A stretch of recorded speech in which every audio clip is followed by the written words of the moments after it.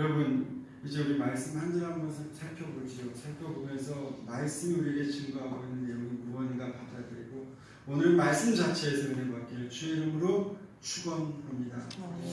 자, 12절입니다. 우리가 이 같은 소망이 있으므로 담대하게 말하노니, 담대히 말한다. 우리가 이 같은 소망이 있으므로 담대하게 말하겠다 할 때, 그럼 여기서 이 같은 소망은 무엇이겠습니까? 이는 바울 사도 자신이 전하는 복음이 정말 생명을 살려내는 주 예수 그리스도의 복음이라고 하는 이 확신은 자신이 가지고 있다는 겁니다. 이것이 사람을 살려내는 정말 하나님의 소망의 복음이라는 이 확신을 가지고 있다는 겁니다. 그리고 이 복음만이 하나님에 대한 소망을 갖게 해준다는 거.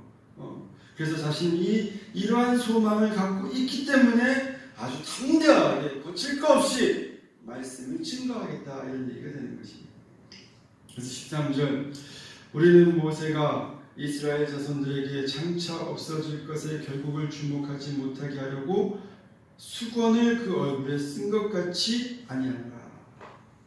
여러분, 이 말씀은요, 바울 사도가 하나님 앞에서 하나님 안에서 깨달은 그런 신학적 지식을 가지고 고린도 교회 율법주의자들, 즉 율법주의적 신앙생활을 하는 자들에게 말씀으로 깨우쳐주고 있는 것입니다. 성경에 보면 시내산에서 율법을 가지고 내려온 모세가 어떠했습니까? 모든 사람들이 두려워할 만한 그런 광채가 그의 몸에서, 그의 얼굴에서 빛났죠. 그죠? 그건 그 무엇을 의미하는 겁니까? 그의 안에 하나님의 영광이 머물러 있었다는 얘기가 되는 것입니다. 근데 모세가 여호와께서 시내산에서 그에게 이르신 말씀을 다 마치고 이 백성들에게 할 말을 다 하고 나서 어떤 행동을 합니까? 출애굽기 34장 33절에 보면 이런 말이 나와요. 그들에게 말하기를 마치고 수건으로 자기 얼굴을 가리웠더라. 아멘. 그럼 왜 모세가 수건으로 자기 얼굴을 가리웠는가? 바울 사도의 신학적 해석에 따르면, 바울 사도가 이것을 신학적으로 해석한 것입니다. 거기에 따르면 모세가 광채가 나서 얼굴에 수건을 쓴 이유는 그가 구속사의 비밀을 깨달았기 때문이라는 겁니다. 즉 모세는 자기 얼굴에 나타난 광채가 일시적이며 없어질 것을 알았다는 거예요. 자기 얼굴에 나타난 이 광채가 영원히 빛나지 않는다는 걸 알았다는 것입니다. 다시 말하면 그가 손에 들고 있는 이 율법의 영광이, 하나님으로부터 받아온 이 율법의 말씀이 영원히 가지 않을 것이라고 하는 것을 이미 알았다는 것입니다. 그래서 이스라엘 백성들이 그 율법 자체를 절대시하거나 숭배하지 못합니다. 율법의 말씀 그 자체를 절대시하거나 숭배하지 않도록 하기 위해서 그 얼굴을 가리웠다. 여러분, 바로 이것이 오늘 말씀에서 말하는 모세의 수건 사건에 대한 바울 사도의 해석이 됩니다. 신학적 해석이 됩니다. 성도 여러분, 바울 사도가 말하는 모세 율법의 기능과 실제는요, 한마디로 말하면 이겁니다. 모세 율법은 인간의 죄를 드러내는데, 인간의 죄가 무엇인가를 알게 하는 건 율법의 기능이라고 했죠. 그죠?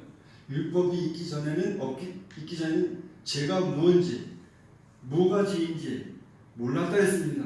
하나님 우리에게 율법을 주신 후부터 바로 이런 것이 죄였구나 하는 걸 깨닫게 됐다는 거죠, 인간이. 그래서 모세가 말하는 율법의 기능은 뭐냐면, 인간으로 하여금 죄를 드러나게 함으로써, 이것이 죄라는 것을 깨닫게 함으로써 어떻게 하느냐? 은총의 길을 준비하는 것이다. 왜? 자기가 무슨 죄를 짓는지, 어떠한 죄를 짓는지 알아야 내가 죄인구나 깨닫게 되고, 깨달아야 고칠 수 있고 은혜의 길로 나갈 수 있는 거 아니겠습니까? 그러니까 이 은혜의 길로 나가게 하기 위해서 준비하는 것이 율법의 기능이다. 다시 말하면 그가 진심으로 예수님을 영접하고 참 구원에 이르게 하는 그 준비 작업이 바로 율법의 기능이다. 이렇게 바울 사도는 알고 있었죠. 무슨 말씀인지 가십니까? 그래서 14절입니다. 14절. 그러나 그들이 마음이 완고하여 오늘까지도 구약을 읽을 때 그 수건이 벗겨지지 아니하고 있으니 그 수건은 그리스도 안에서 없어질 것이라. 여러분, 앞에서 말한 것처럼 모세는 율법이 한시적이라는 것, 한시적이고 영원하지 않다는 걸 알았습니다. 그렇게 알았기 때문에 이스라엘 백성들이 이 율법의 절대적인 가치를 부여하면서 숭배하지 않도록, 율법 자체를 숭배하지 않도록 하기 위해서 그 한시성을 나타낼 목적으로 자신의 광채나는 얼굴을 수건으로 가렸다는 거예요. 아멘. 그런데 이럼에도 불구하고 유대인들의 율법이 마치 구원의 유일한 길인 것 마냥 절대시함으로써 율법을 영원히 있을 것이라고 생각하는 것으로서 율법이 예표하고 있는 이제 이런 구약 말씀이 예표하고 있는 게 누구라고 여러분 배우셨습니까? 구약 전체는 다 예수님이 예표하고 있는 걸 했죠. 그래서 정작 이 말씀이 예표하고 있는 실제 복음이 왔음에도 불구하고 이 말씀 자체를 절대시하니까, 이게 한시적이라고 인정 안 하니까, 절대시하고 이건 이 자체를 숭배하니까 이 말씀이 가리키는 그 주인공이 이 땅에 왔음에도 불구하고 그를 배척하고 말았다는 거예요. 즉 유대인들은 이 율법주의라는 편견으로 인해서 이 수건으로 말미암아 복음의 진리도 깨닫지 못했고 그래서 영접하지도 못했다는 겁니다. 바울 사도의 주장은. 그럼 그 당시 그들은 왜 이렇게 율법의 기능과 실제를 깨닫지 못했는가? 율법이라는 건 이런 기능을 가지고 있다는 걸 왜 그들은 알지 못했는가? 바울 사도는 그것을 지금 어디서 찾고 있습니까? 어디서? 그들의 머리가 부족해서? 여기 보니까 그들의 마음이 완고하여. 그들이 어리석어서 띨띨해서 이렇게 몰랐다는 얘기가 아닙니다. 그들은 율법의 대가잖아요. 근데 그들의 마음이 완고해요. 그들의 마음이 이미 완고하고 강팍해져서 오늘날까지도 구약을 읽을 때 그 수건이 벗겨지지 않았다는 거예요. 그럼 생각해보면 왜 율법에 대해서, 이 구약의 말씀에 대해서 이들의 마음이 그토록 완고할 수밖에 없었는가? 이토록 완고해졌는가? 그죠? 성도 여러분, 기존의 유대인들과 이 율법의 관계를 살펴보면, 유대인들과 율법의 관계를 살펴보면 유대인들은 태어나면서부터 율법을 접한다고. 우리는 태어나면서 뭘 접합니까? 근데 어찌됐든 유대인들이 태어나면서 엄마가 율법부터 가르친다. 율법을 접하고 성장하면서 율법을 달달달달 외우게 만든다는 거예요. 그래서 모든 유대인들은 태어나면서부터 율법을 접하고 율법을 줄줄 암기하는 것이 일상화되어 있다는 것입니다.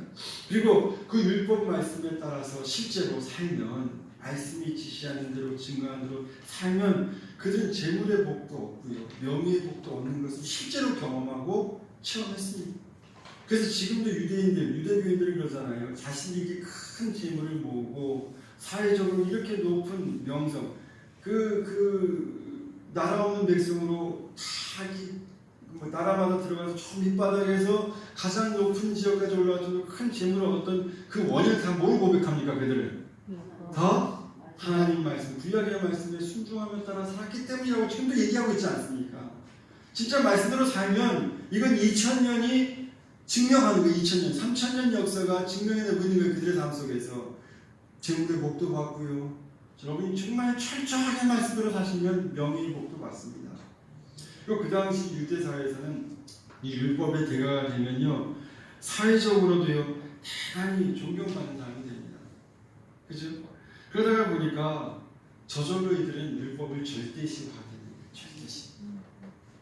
말씀대로 살아보니까 정말 부자도 되고 명예도 얻고 사회에서 존경도 받으니까 율법을 절대시할 수밖에 없고, 나아가서는 이 율법을 맹신할 수밖에 없겠죠. 그죠? 맹신할 수밖에 없지. 또 이렇게 율법을 절대시하고 맹신하다 보니까 어느덧 그 율법 자체를 숭배하기까지 하는 거예요. 정말 토시 하나 틀리지 않고, 여러분 이게 다 사람이 쓴 건데 어떻게 토시 하나 틀리지 않을 수 있겠습니까? 그죠? 근데 저들은 이 말씀 자체를 아주 신성시하는 거예요. 이 말씀이 하나님이 되어버린 거예요. 그러니까 토시 하나 틀리지 않고 숭배하기까지 율법 그 자체가 하나의 그들의 진리로, 신념으로 잘 잡게 된 것입니다.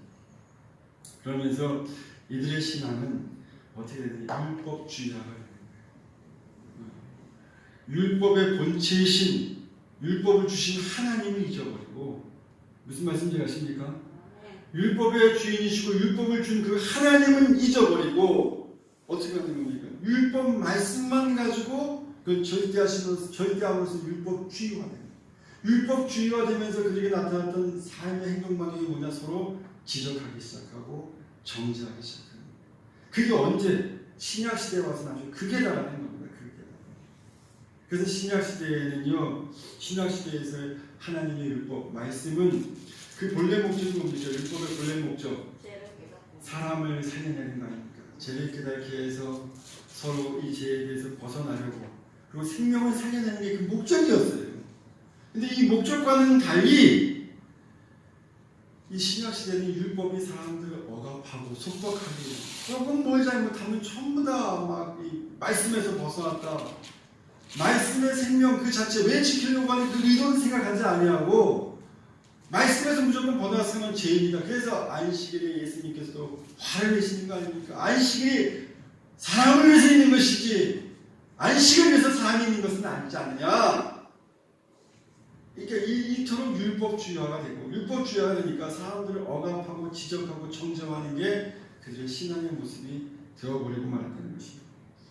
그래서 15절 가서 보니까 15절 한번 보세요. 오늘까지 모세의 글을 읽을 때 수건이 그 마음을 덮었다. 오늘까지 모세의 글을 읽을 때 그 수건이 그 마음을 덮었다. 여기서 오늘까지라고 하는 말은 이제 그 율법의 역할이 새 언약의 복음으로 대치됐습니다. 대치됐음에도 불구하고 오늘날까지도 그 사실을 알지 못하고 여전히 그들의 마음은 수건으로 덮여져 있다라는 것입니다. 누가? 유대교인들의 마음. 성도 여러분, 이는 지금 고린도 교인들을 향한 바울 사도의 매우 안타까운 심정을 지금 토로하고 있는 거예요. 저들이 하나님을 믿고 있는데 잘못 믿고 있다는 얘기예요. 잘못 믿고 있다는 거예요. 하나님이 말씀을 주실 때 그 본래 목적과는 달리 잘못 믿고 있다라고 하는 걸 얘기하고 있는 거예요. 성도 여러분, 오늘날도 보면 여전히 전통 신앙생활 가운데 머물면서 그들에게는 그것이 익숙하고 또 그것이 어느덧 그분들에게는 진리처럼 신념처럼 자리 잡게 되어가지고 그 완고한 마음들이, 이 완고한 마음들이 그분들의 신앙을 율법주의로 만듭니다. 이 율법주의 신앙의 특징은 뭐냐? 자기한테 적용은 대단히 관대합니다. 그러니까 남한테는 강해. 여러분, 바리새인이나 서기관들이 율법주의 신앙의 잣대를 적용할 때 자신들한테는 어떻게 했습니까? 자신들은 하나님 앞에 예배 나가지 않아도 다 이유가 있고 뭐 나는 합니다. 그러니까 남들은 절대 그렇지 못한다는 거예요. 그러다 보니까 정죄가 강한 거예요. 근데 오늘날도 이런 율법주의 신앙 속에 익숙해져 있는 분들이 많다는 거예요. 그러다 보니 이 정죄하고 지적하고, 그러니까 어느덧 그 옛날 유대인들 신앙생활처럼 하나님의 이름으로 먼저 사람들에게 삶을, 같은 한 형제 자매인데 삶을 속박하는, 자신에게는 관대하고 남에게는 아주 냉혹하게. 그래서 그분들의 신앙생활이 어느덧 이게 기쁨과 자유함보다는 어떻습니까? 항상 속박에 눌리고 억압에 눌리고. 근데 그렇게 하는 분들이 자신 스스로도 이 속박하고 억압하는 게 많아요. 그런 어떤 생활을 하는 분들이 많이 있습니다. 그래서 16절 한번 보겠습니다. 16절 시작. 그러나 언제든지 주께로 돌아오면 그 수건이 벗겨지리라. 이 말씀은 14절 하반절 말씀과 같은 뜻으로, 그러나 언제든지 주께로 돌아오면 그 수건이 벗겨지리라. 여기서 돌아가면 이 말은 에피스틀랩스라고 합니다. 회개하다, 회심하다, 이런 뜻이 되는 거예요. 본절의 말씀은 누구든지 진정으로 회개하면, 회개하고 성자 하나님 즉 예수님께로 돌아오면 그 마음에 가려웠던 수건, 즉 편견과 오해에서 벗겨져 가지고 진정한 구원의 복음을 영접할 수 있게 된다는 말입니다. 지금 바울 사도가 얘기하고 있죠. 이 말씀은 동시에 오직 예수님만이 우리 구원의 길이다 강조하고 있는 거예요. 여러분, 바울 사도에 있어서 이 구약의 말씀은, 바울 사도가 보는 구약의 말씀, 바울은 누구보다도 성경에 대해서 잘 아는 사람입니다. 성경의 대가죠. 그렇게 충분히 성경을 읽었던 바울 사도가 보는 이 구약의 이 실체는 뭐냐? 이 구약 전체는 다 바울 사도를 볼 때는 오직 예수 그리스도를 통해서만이 온전하게 이해될 수 있는 말씀이다. 이렇게 보고 있는 겁니다. 왜냐하면 구약 말씀 자체가 예수님 오실 것을 예언하는 말씀이기 때문에 예수님 없이는 온전하게 이해될 수도 없는 말씀이다. 예수님 전까지는 모호할 수밖에 없는 말이다. 이렇게 보고 있는 것이죠. 즉 성도는 말씀을 완성하러 오신 예수님을 진정으로 영접하고 그분을 온전하게 믿을 때 여러분 우리가 이 말씀을 보기 전에 먼저 뭘 깨달아야 되냐? 예수님 사랑을 깨달아야 됩니다. 아멘. 내게 오신 예수님의 사랑, 내가 진정하고 예수님의 사랑과 은총을 체험하고 나서 말씀을 볼 때 이 말씀이 정말 사람을 살게 되는 말씀이구나 하는 것을 비로소 깨달을 수 있고 받아들일 수 있는 그 은총의 말씀이 된다는 거예요. 그러니까 그 말씀 그 자체를 가지고 어떻게 하면 이 말씀 이대로 따라서 내가 복을 받을까, 내가 이 말씀대로 살면 참 복도 되고 돈도 많이 번다는 이런 마음만 가지고 열심히 말씀을 봐도 일부분은 그에게 진리의 말씀이 될 수 있을지 몰라도 말씀 전체를 다 내가 받아들일 수 있는 그런 형태는 안 된다는 것이죠. 17절의 말씀입니다. 17절의 말씀. 맞죠? 17절이죠? 시작. 주는 영이시니 주의 영이 계신 곳에는 자유가 있느니라. 이 말씀은 지금까지 논의했던 주제의 결론에 해당되는 말씀이에요. 즉 바울 사도는 복음이 율법의 완성이라는 겁니다. 예수님이 구약 말씀의 완성 그 자체라는 것이죠. 그래서 다시 말하면 복음은 인류에게 속박과 억압이 아니라 뭘 준다? 자유함을 준다. 정말 완성된 말씀, 예수님으로 인해서 완성된 말씀은 인류에게 뭘 준다? 자유함을 준다. 여러분 신약시대 당시 율법의 말씀은 모든 이에게 속박과 또 억압을 아주 많이 강조했습니다. 그래서 속박과 억압이 난무했습니다. 그래서 일반 백성들은 율법에 매여 사는 삶이 이게 하나님 주신 말씀이 맞는 건 아는데 모세의 말씀이니까 하나님 주신 말씀이 맞는 건 아는데 이 말씀대로 참 지키고 살기가 참 힘들고 어려운 거예요. 정말 말씀으로 살아보려고 애를 쓰는데 말씀으로 살기가 어려운 거예요. 그래가지고 뭐 이렇게 살아보려니까 조금만 벗어나면 뭐 억압들, 지적들, 비판들. 근데 오늘날 가운데도 보게 되면 성도들 가운데 이런 생각을 하시는 분이 야, 나는 정말 하나님 말씀대로 살기가 힘들다. 말씀 따라 살기, 말씀 지키고 살기가 너무너무 힘들다. 이렇게 분들이 있어요. 이분들은 여러분 잘 생각하셔야 돼요. 말씀 따라 지키고 살기가 힘들다고 하는 이분들은 말씀을 뭔가 지금 오해하셔서 율법주의적으로, 그죠? 율법주의적으로 그 율법주의 따르는 그런 신앙생활을 하고 있는 거예요. 만약 그분이 정말 예수님 사랑도 체험하고, 그죠? 예수님 사랑도 체험하고 예수님과 어떤 깊은 교제 속에서 이 말씀을 보았더라고 하면 주님의 말씀만큼 그렇게 달콤한 거 없고 그렇게 사는 것이 얼마나 복된 것이라는 걸 깨달았을 겁니다. 아멘? 그러니까 진짜 예수님의 사랑을 체험하지 못하고 말씀 따라 사는 삶은 힘들죠. 정말 은혜 받지 않고 은총 받지 아니하고 일반적으로 이 복만 받으려고 이게 2000년 역사의 삶의 지혜서라고 하니까 또 이 말씀으로 사는 유대인들이 참 부도 누리고 영광도 누리니까 이렇게만 살려고 하면 오늘 이 시대 속에서 이 말씀으로 산다는 건 참으로 하나의 억압이고 종속이 될 수도 있겠죠. 그죠? 예수님을 모르고 그 본체인 사랑을 모르고 자꾸 말씀을 당하려고 하면 힘들겠죠. 여러분 그래서 그 삶의 결국 그 표현으로 나타나는 게 뭔 줄 아십니까? 바울 사도가 이 부분을 어떻게 표현하고 있느냐면 바울 사도 로마서 8장 1절이에요. 8장 1절에 이 표현에 의하면 그게 바로 정죄함의 삶이라는 거예요. 사랑을 모르고 말씀을 쫓아 살아간다는 것은 곧 정죄하는 삶이다. 그런데 바울 사도는 이 복음을 증거함으로써 예수님의 복음을 증거함으로써 성도에게 임한 자유는 이 율법 안에 있었던 이 정죄함으로부터 해방을 입는다. 그래서 로마서 8장 1절 2절입니다. 누가 한번 읽어주시겠습니까?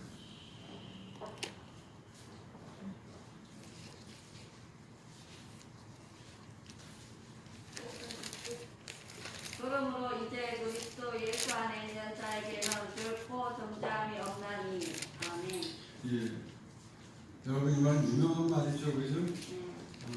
신약 시대 그 당시 말씀이 모든 사람들에게 속박과 억압의 기제가 되었다고 하면 이제 이 말씀을 완성하러 오신 예수님께서 사랑을 그 말씀에 덧입혀 주심으로 원래 율법이 인간에게 올 때는 하나님의 사랑이 담긴 거 아니겠습니까? 근데 인간들이 이 말씀을 절대시하고 숭배까지 하니까 하나님의 사랑은 그 말씀에서 걷어져간 거예요. 걷어져간 그 말씀은 인간에게 어떤 모습으로 작용했느냐? 소위 다른 사람을 이용할 수 있는, 사람들을 억압할 수 있는, 사람들을 지배할 수 있는 논리의 말씀으로 변화돼 버린 겁니다. 근데 말씀 그게 아니라는 거예요. 그걸 다시 한번 바울이 예수님의 사랑을 다시 하나님 말씀에 덧입힘으로써 말씀의 기능을 회복시키는 거예요. 그 기능의 참된 목적이 뭐냐? 바로 자유함에 이르게 한다는 것입니다. 아멘. 이제 이 말씀이 너희를 뭐라는 거야? 죄와 사망의 법으로부터 해방하였다. 선포하는. 여러분 참 중요한 말씀입니다.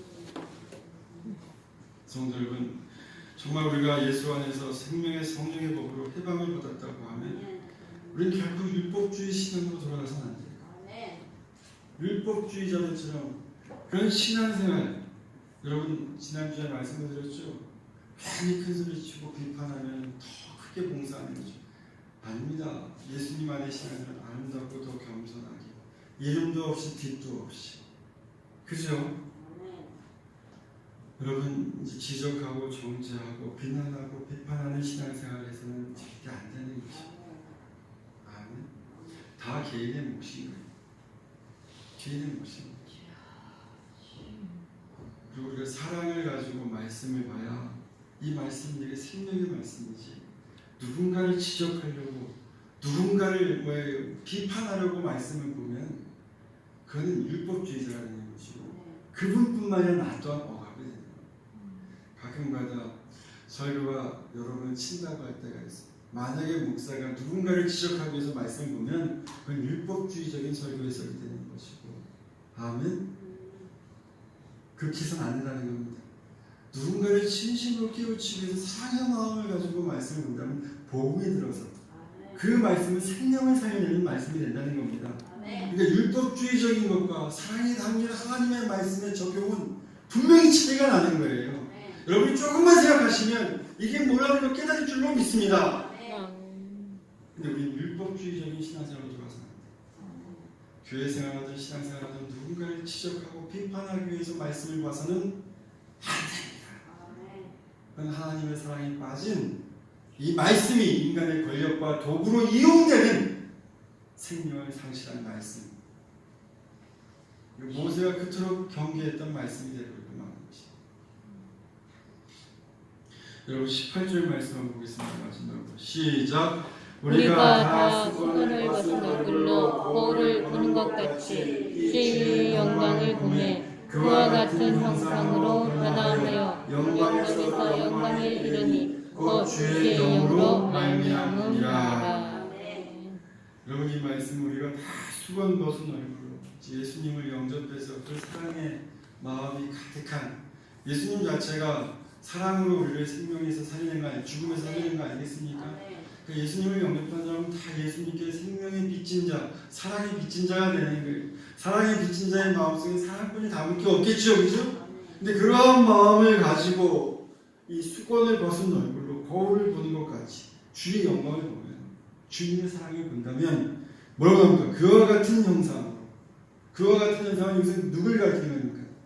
예수님과 같은 형상, 예수님과 같은 형상으로 변화하여 영광에 이른다는 것입니다.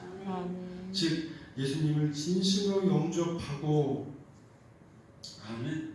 예수님을 진심으로 참 구원의 진리를 아는 자들은 다 그리스도의 형상을 닮아가게 된다.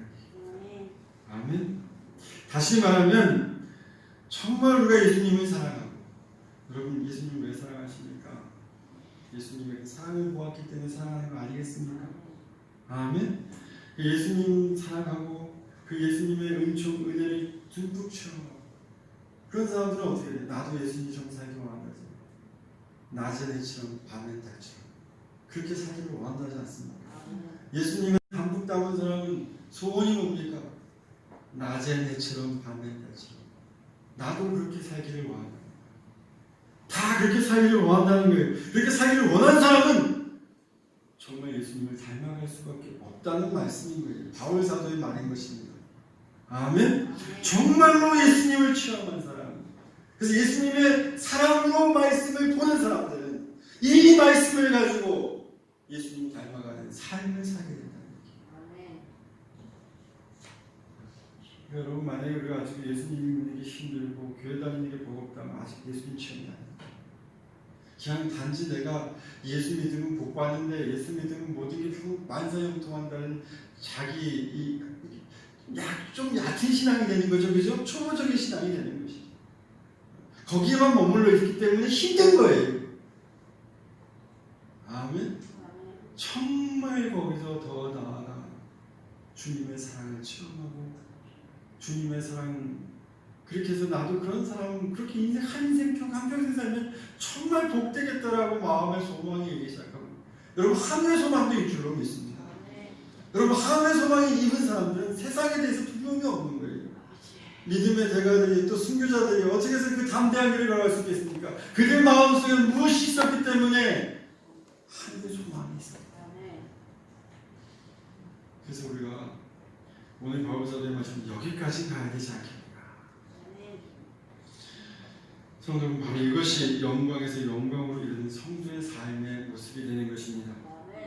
사랑하는 성도 여러분, 오늘 말씀을 통해 비록 이 고린도 교인들이 교회는 다니지만 그러나 그 가운데는 아직까지도 이 말씀을 온전하게 받지 못한 사람들이 있었던 거예요. 그죠? 바울 사도가 전했던 이 복음 통해서 정말 신비한 것도 많이 누리고 은사도 많이 체험했는데, 유대교인들이 들어와서 말씀 딱 들이대니까 말씀 딱 눈에 보이잖아. 딱딱 구분질 수 있고 인간의 욕망을 채울 수 있잖아요. 딱 많이 알면 못하는 사람들 막 지적도 할 수 있고 말씀 갖다 잣대로 막 들이대면서 하나의 권력도 키울 수 있잖아.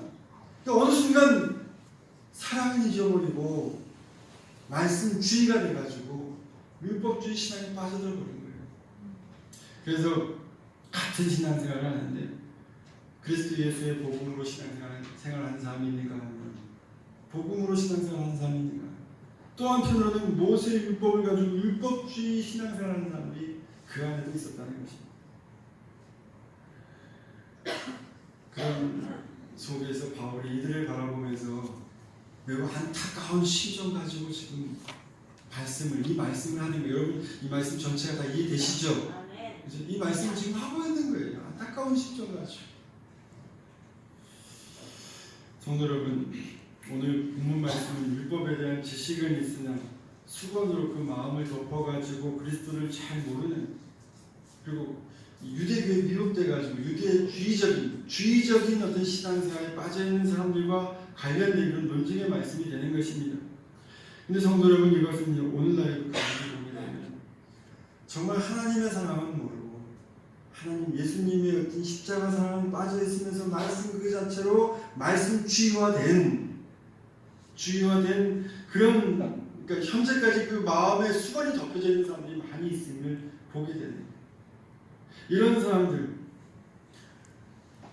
이게 꼭 교회 안에서만이 아니라 세상도 마찬가지로 다 포함이 되는 겁니다. 세상. 하나님 앞에서 하나님께서 세상을 지으셨기 때문에 우리 안에서뿐만 아니라 하나님은 세상 사람도 자기 안의 백성이잖아요. 그죠? 그러니까 이 세상 사람들도 다 똑같다는 거예요. 이 사람들도 다 그 마음에 수건이 덮여져 오늘까지 이르게 된 사람이에요. 이들이 예수님께 참으로 돌아오면 됩니다. 예수님 앞에 돌아와서 예수님의 사랑을 체험하고 그 사랑에 기인해서 정말 그 말씀으로 말씀을 보면서 말씀에 순종한 삶을 다 못 받습니다. 아름다운 복을 받습니다. 근데 돌아오기를 거부하고 있는, 왜? 성경에는 마음은 완악해져서, 우리도 완악해 가지고 제 세상 사람도 마음이 좀 완악해져가지고 뭡니까? 어느덧 자기들이 가지고 있는 진리가 과학이 이 모든 것들이 정말 진리라고 더 나은 것이라고 여겨서 그것이 사망의 길인지도 모르고, 그것이 그렇게 가다 보면 이 코로나도 결국은 어떻게 되는 겁니까? 그것이 진리인 줄 알고 파고들었다가 결국은 뭡니까? 코로나가 발생하는 거 아니겠어요? 그것이 인류를 더 번창하게 할 것이라고 끊임없이 개발하다가 지금 그것들이 지금 우리 모두를 사망의 길로 몰아가고 있다는 거 이제 모두 깨달아야 될 때가 오지 않았나요? 근데 그 사람들은 수건이 덮여가지고 그것이 진리인 그냥 계속해서 걸어가고 있다는 그것이 사망의 길인데 우리 모두를 다 힘들게 결국은 죽음으로 몰아가는 길인데 모르고 걸어가고 있다는 거예요. 성도 여러분, 만약에 우리 주위에 가까이 주위에 이런 사람들이 우리 속에 있다고 하면 여러분 어떻게 하시겠습니까? 여러분은 그들을 보면서 어떤 심정이 되겠습니까? 어떤 심정이, 어떤 마음이 저는요, 저게 길이 아닌데 저기는 길인 줄 알고 저게 나를 더 복되게 할 것이라고 그렇게 걸어가는데 내가 봤을 때는 그 길을 쭉 가게 되면 어떻게 돼요? 본인도 그 저도 죽는 거예요. 보여요. 여러분 정말 말씀 안에서 사람을 가지고 보시면 인생들도 보이고 세상도 보이고 보입니다. 그렇게 보일 때 여러분은 어떻게 하십니까? 안 보이면 은혜인 거예요. 안 보이면. 근데 보이면 어떻게 하시겠습니까? 보이면. 에이씨, 나만 구원받으면 돼요. 뭐 지 인생은 지 인생이고 내 인생은 내 인생이지. 나만 주님께 영광받고 나만 주님의 형상을 회복하면 돼. 이렇게 하시겠습니까? 만약에 이렇게 생각한다고 하면 여러분 매우 안타깝게도 그거는 예수 그리스도와 전혀 상관이 없는 그런 삶이 됩니다. 그리스도와는 상관이 없는 삶이요. 그리스도와 상관이 없는 삶이기 때문에 그리스도의 형상을 아예 닮아갈 수는 없겠죠. 그죠? 닮아갈 수가 없을 뿐더러 그러한 삶이 우리 마음을 꽉 차게 되면 더 나아가서 우리 안이 주유화된, 율법주유화된 신앙생활의 그런 삶을 살게 된다는 거예요. 이게 참 중요한 진리의 말씀입니다. 보이지만 어떡하겠어요? 주인생, 난 나만 구원받으면 돼. 근데 이제 예수님과 상관없게 되고 예수님과 상관없게 되면 뭐예요? 그 형상을 닮아가지 못하고 그 형상을 닮아가지 못하면 뭡니까? 예수님 닮지 않으면 결국은 어떻게 되느냐? 구약시대를 보니까 율법주의화 되시지 주의화된다는 거예요. 삶의 주의화가 된다는 얘기예요. 그럼 주의화가 되면 어떻게 되느냐? 결국 저도 망하고 나도 망하게 된다고 하는 것이죠. 여러분 지금도 유대교인들은요. 유대교인들의 특징은 뭡니까? 전도에 관심 없습니다. 저들은 전도에 관심 없고 오직 자기들만 구원받으면 된다고 생각하고 있어요. 그리고 이방인들은 뭐냐? 지옥에 다 불쏘시개다. 그럼 그 사고가 결국 인류를 살려낼 수 있을 거라고 생각하세요? 저들이 유대교가 이 인류를 살려낼 수 있을 것이라고 믿냐고요? 못합니다. 근데 어느덧 우리 기독교도 그걸 따라가고 있는 것은 아니겠는가? 여러분, 우리는 예수님 영접하고 주의 영으로 자유함을 얻은 자로서 아직도 구원받지 못한 사람들에게 지금 본문의 바울 사도와 같은 그런 심정을 느낄 수 있어야만 됩니다. 그런 심정이 느껴질 때 나는 예수의 사람이 되는 것이지. 나도 아무런 느낌이 없다고 하면 생각해봐야 된다. 내 신앙이 하나의 이 틀에 박힌 박제화된 주의화된 신앙생활인가 하는 복음으로 정말 섬기는 신앙생활인가 바로 그걸 통해서 우리 체크해 볼 수 있어요.